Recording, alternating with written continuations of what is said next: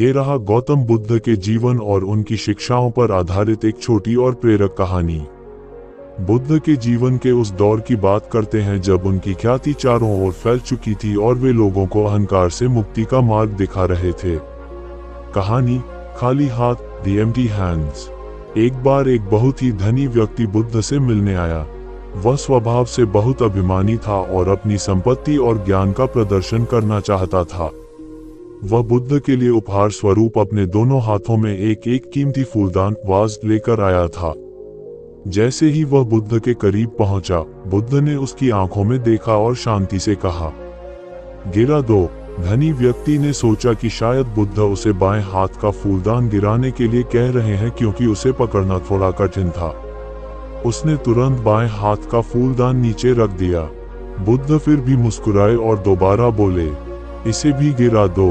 व्यक्ति थोड़ा उलझन में पड़ गया, पर उसने आज्ञा मानते हुए दाहिने हाथ का फूलदान भी जमीन पर रख दिया। अब उसके दोनों हाथ खाली थे। उसे लगा कि अब बुद्ध प्रसन्न होंगे, लेकिन बुद्ध ने तीसरी बार वही शब्द कहे, इसे भी गिरा दो। वह व्यक्ति हैरान रह गया।